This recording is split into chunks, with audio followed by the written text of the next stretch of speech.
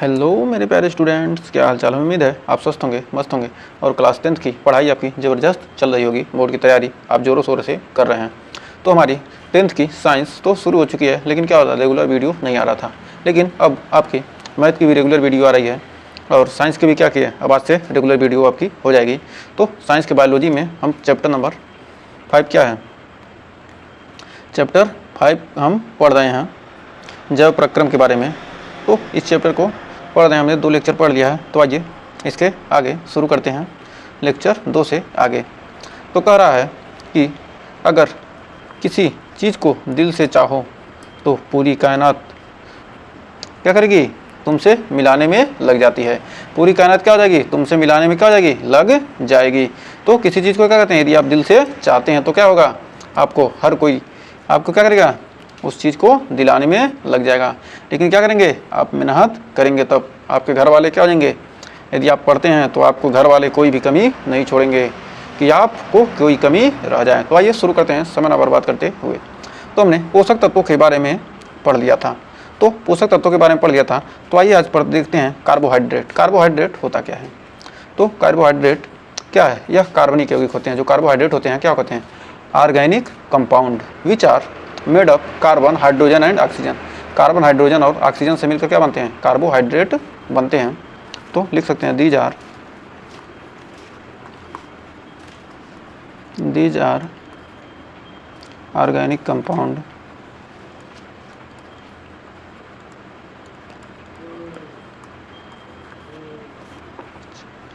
which are made of carbon, hydrogen and oxygen, and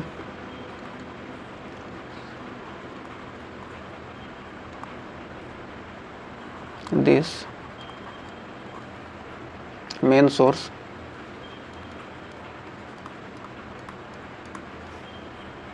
of energy. तो English में इसको लिख सकते हैं कार्बोहाइड्रेट को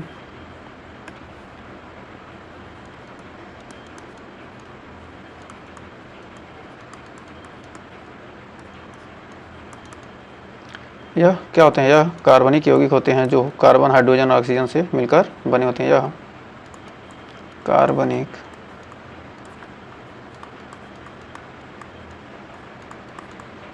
यौगिक होते हैं जो कार्बन,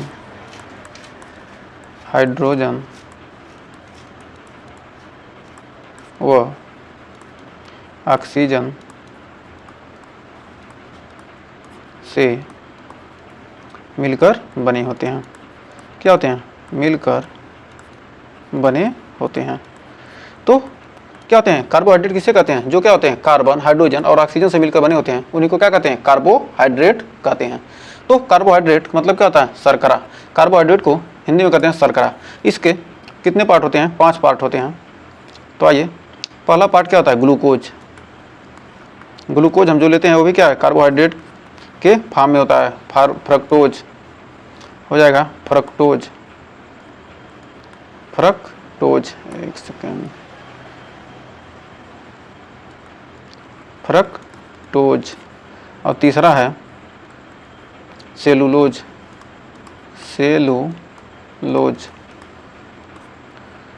सेलुलोज। फिर है स्टार्च, STARCH, स्टार्च। और है ग्लाइकोजन।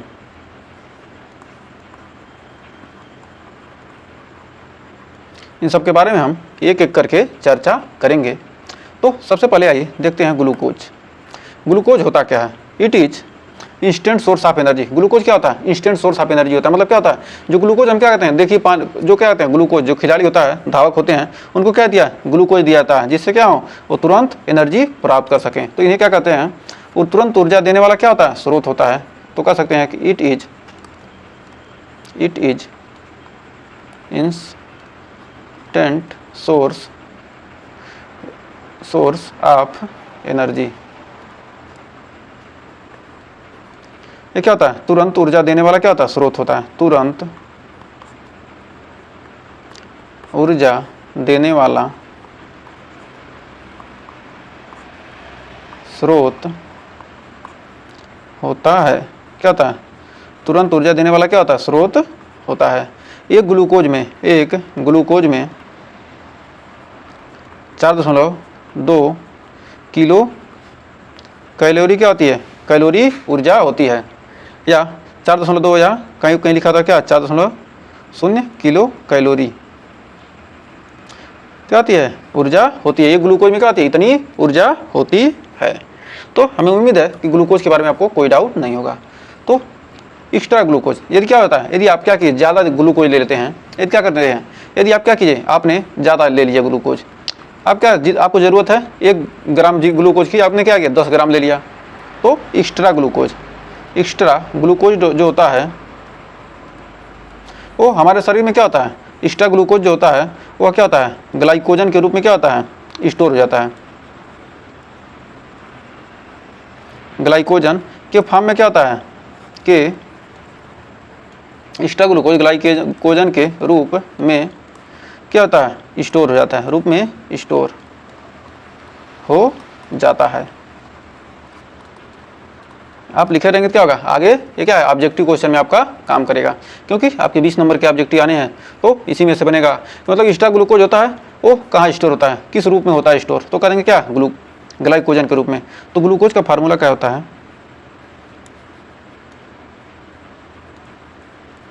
ग्लूकोज का फार्मूला होता है C6H12O6, जिसमें क्या होता है? कार्बन 1 संबंधी 2 संबंधी 1 क्या होता है? कार्बन हाइड्रोजन और ऑक्सीजन का क्या होता है? अनुपात 1 संबंधी 2 संबंधी 1 के अनुपात में होते हैं। तो भाई देखते हैं फैट, वसा के बारे में जानते हैं। तो वसा होता क्या है?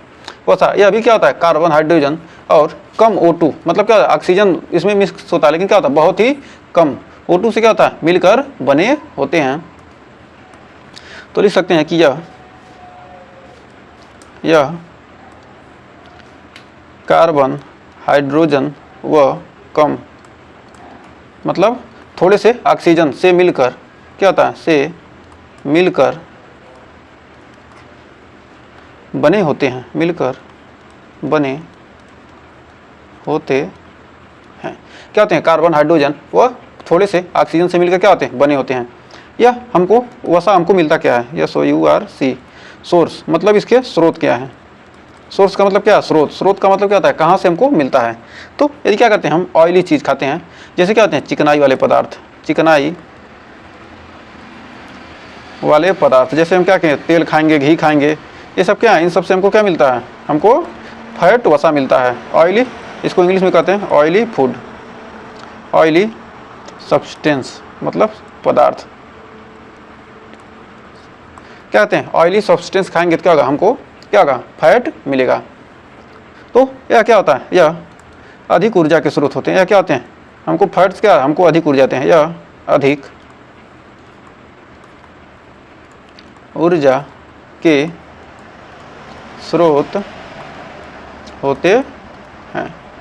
यह क्या है? अधिक ऊर्जा के स्रोत हैं। Rich source of energy, English में कह सकते हैं रिच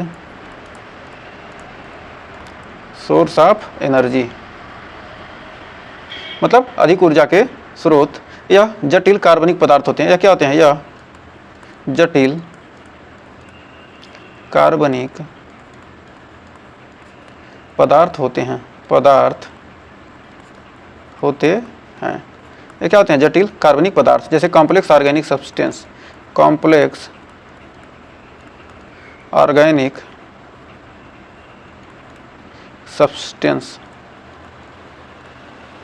क्या होते हैं? कॉम्प्लेक्स ऑर्गेनिक सब्सटेंस होते हैं। मतलब क्या? जटिल कार्बनिक, जटिल कॉम्प्लेक्स मतलब जटिल, ऑर्गेनिक मतलब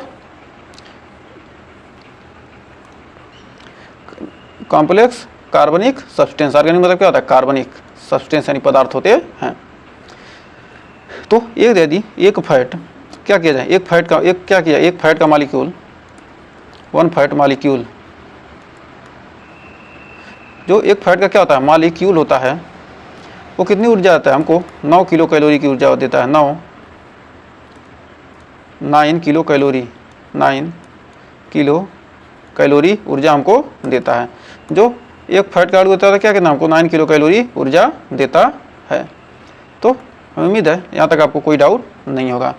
तो ये तो क्या था, हमारा फैट था। तो हमने देख लिया ग्लूकोज के बारे में, एक्स्ट्रा ग्लूकोज के बारे में, फैट। अब देखते हैं protein.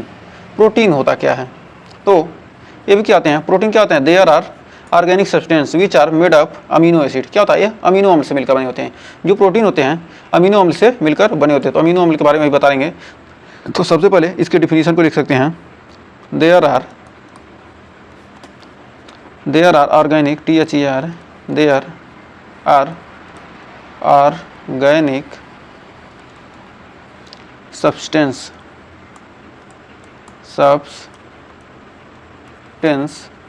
which are made up of amino acids। क्या होते हैं, जिसमें होता है N2 कंटेनिंग कंपाउंड। मतलब क्या होता है, जिसमें क्या हो, ऑक्सीजन मिश्रित हो, कंटेनिंग अमाउंट कंपाउंड, COMPOUND। मतलब क्या, नाइट्रोजन मिला हुआ पदार्थ। इसे हिंदी में लिख सकते हैं, यह कार्बनिक पदार्थ। क्या है, वह कार्बनिक पदार्थ जिसमें क्या होते हैं, वह कार्बनिक पदार्थ। यह क्या था, यह कार्बनिक पदार्थ, जो यह कार्बनिक पदार्थ है, यह कार्बनिक पदार्थ अमीनो अम्ल से मिलकर क्या होते हैं, बने होते हैं। कार्बनिक पदार्थ अमीनो अम्ल से मिलकर बने होते हैं। जो कार्बनिक पदार्थ हैं किससे बने होते हैं, अमीनो अम्ल से क्या होते हैं, मिलकर बने होते हैं। तो इसको यह लिख सकते हैं, इसको हम लिख सकते हैं, play important role in body. इनका मुख्य कार्य क्या होता है, हमारे शरीर का क्या करना, विकास करना, वृद्धि करना। क्या कहते हैं, प्रोटीन। कहते हैं क्या, ज़्यादा से ज़्यादा प्रोटीन खाएंगे क्या होगा, हमारे शरीर का क्या होगा, विकास होगा, वृद्धि होगी। तो कह रहा है play important role in body growth and development, growth and DEVELOPEMENT। क्या करता है, बॉडी डेवलपमेंट को क्या करता है, ग्रोथ को बढ़ाता है। मतलब इस हिंदी में लिख सकते हैं, इनका मुख्य कार्य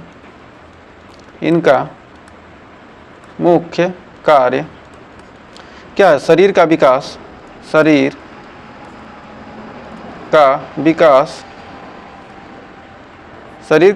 एवं वृद्धि करना।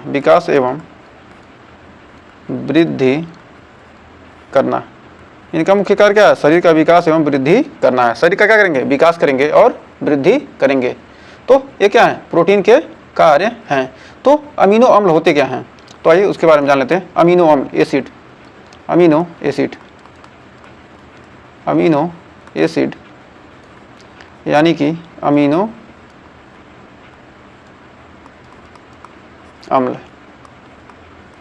अम्ल होते क्या हैं।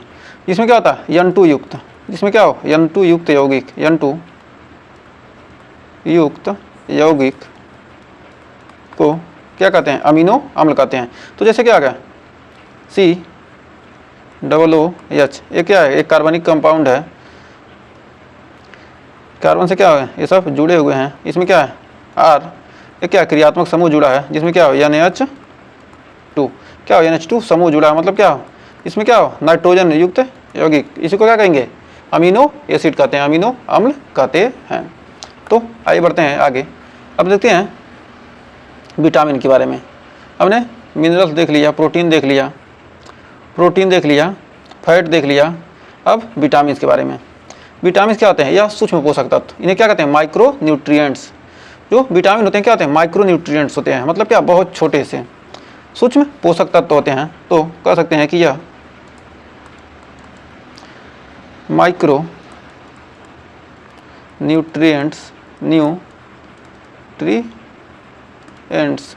यानी सूक्ष्म पोषक सूक्ष्म पोषक तत्व।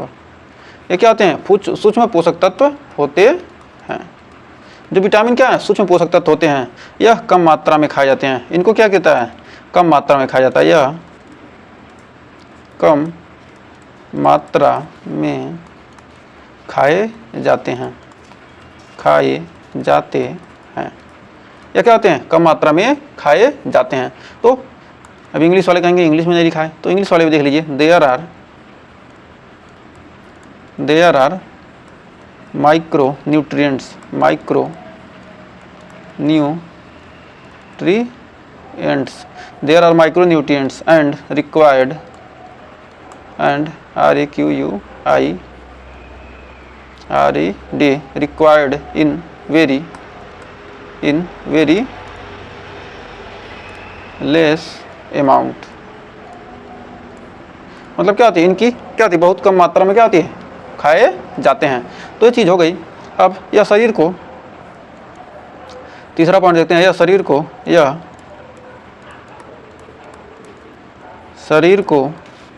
ऊर्जा देते हैं। शरीर को क्या कहते हैं? शरीर को ऊर्जा देते हैं। यह शरीर को ऊर्जा देते हैं और उनके उपापचय क्रिया, मतलब क्या होते हैं? और उनके उपापचय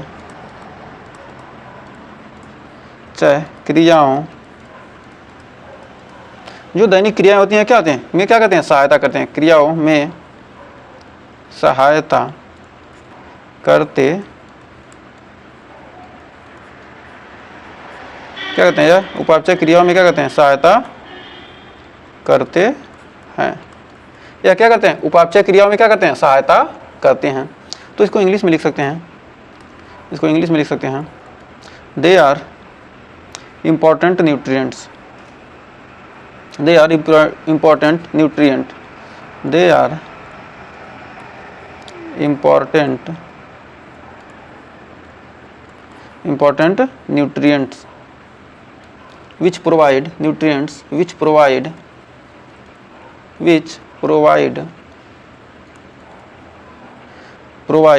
energy and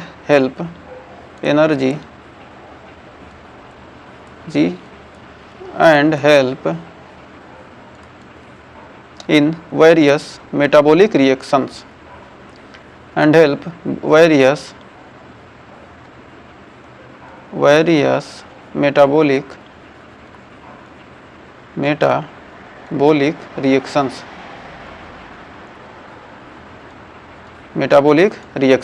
क्या कहते हैं? यह जो हमारी शारीरिक क्रियाएं क्या करें? उसको उसमें सहायता प्रदान करते हैं। ये क्या है? विटामिन के कार्य हो गए। तो विटामिन होते कौन कौन से हैं? तो विटामिन आपके होते हैं ए, डी, ई, के। ए, डी, ई, के 4 प्रकार के होते हैं विटामिन होते हैं, जो वसा में घुलनशील विटामिन होते हैं। उन्हें क्या कहते हैं? फैट सॉल्युबल विटामिन, यानी वसा में घुलनशील विटामिन। ये सब क्या है? जो विटामिन ए, डी, ई, के हैं, ये क्या है? Fat soluble vitamin, fat soluble soluble vitamin.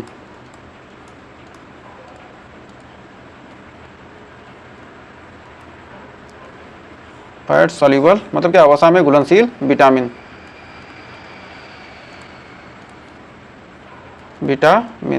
क्या इसे कह सकते हैं कि वसा में घुलनशील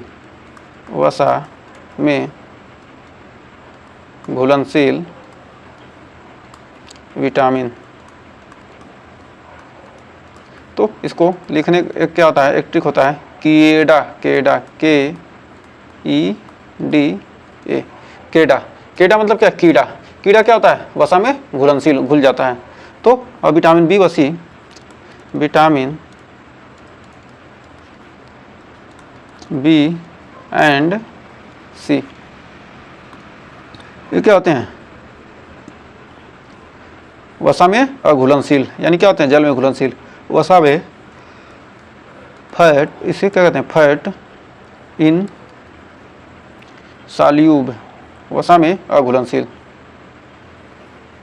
बॉटम क्या है, इनसॉल्यूबल या non soluble, insoluble fat in fat non soluble, fat in non soluble, fat in वसा में fat soluble, fat in non soluble, वसा में अघुलनशील, वसा में अघुलनशील, अघुलनशील ये क्या होते हैं, वसा में घुलनशील नहीं होते हैं। ये क्या होंगे, वसा में घुलनशील नहीं होते हैं। तो आपको विटामिन के सोर्स कौन कौन से होते हैं उनको क्या करना है, आपको HW में आपको हमको कमेंट में ज़रूर बताना है। तो इसका आंसर आपका कमेंट में ज़रूर बताइएगा। तो फिर आइए बढ़ते हैं आगे। खनिज तत्व, खनिज तत्व होते क्या हैं, तो आइए देखते हैं खनिज तत्व होते क्या हैं। मिनरल्स तो कह रहा है क्या होते हैं, सूक्ष्म पोषक तत्व। जैसे सूक्ष्म पोषक तत्व ये क्या कहते हैं, micro nutrients, micro nutrients, nutrients यानी सूक्ष्म पोषक तत्व, सूक्ष्म पोषक तत्व जैसे phosphorus, sulphur, nitrogen, calcium, magnesium, ferrous, zinc, ये सब क्या है, सूक्ष्म पोषक तत्व यानी ये सब क्या है, खनिज तत्व हैं। इनका कार्य क्या होता है, कार्य क्या है, ऊर्जा देने में और वृद्धि में भाग लेने में क्या होते हैं, ऊर्जा देते हैं, ऊर्जा देने में व वृद्धि में भाग लेते हैं, देने में व वृद्धि में भाग लेते हैं, ऊर्जा देते हैं और क्या कहते हैं, उनकी वृद्धि में क्या कहते हैं, भाग लेते हैं। इनका एक फंक्शन इंग्लिश में लिख सकते हैं, function provide energy and provide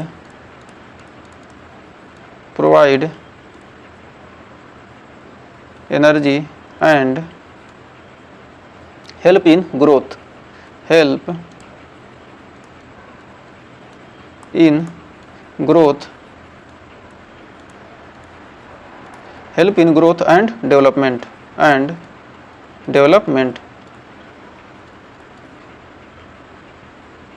क्या करते हैं, यह ऊर्जा देने में व वृद्धि में क्या करते हैं, भाग लेते हैं। तो उम्मीद है आज के टॉपिक आपको अच्छे से क्लियर हुए होंगे। खनिज तत्व, विटामिन, मिनरल्स, फैट, प्रोटीन, इन सब के बारे में हमने ग्लूकोज, एक्स्ट्रा ग्लूकोज के बारे में हमने डिटेल के साथ आज चर्चा किया है। तो उम्मीद है आज का सेशन आपको पसंद आया होगा। अगर सेशन पसंद आया हो तो वीडियो को लाइक शेयर कीजिएगा और चैनल पर पहली विजिट किए हैं तो चैनल को सब्सक्राइब जरूर कीजिएगा। मिलेंगे नेक्स्ट वीडियो में। इसके आगे शानदार प्रकाश संश्लेषण में बहुत सारी क्रियाएँ हैं, एक एक करके सारे टॉपिक को हम इस चैप्टर के कवर करेंगे। तो मिलते हैं नेक्स्ट वीडियो में, तब तक के लिए टेक केयर।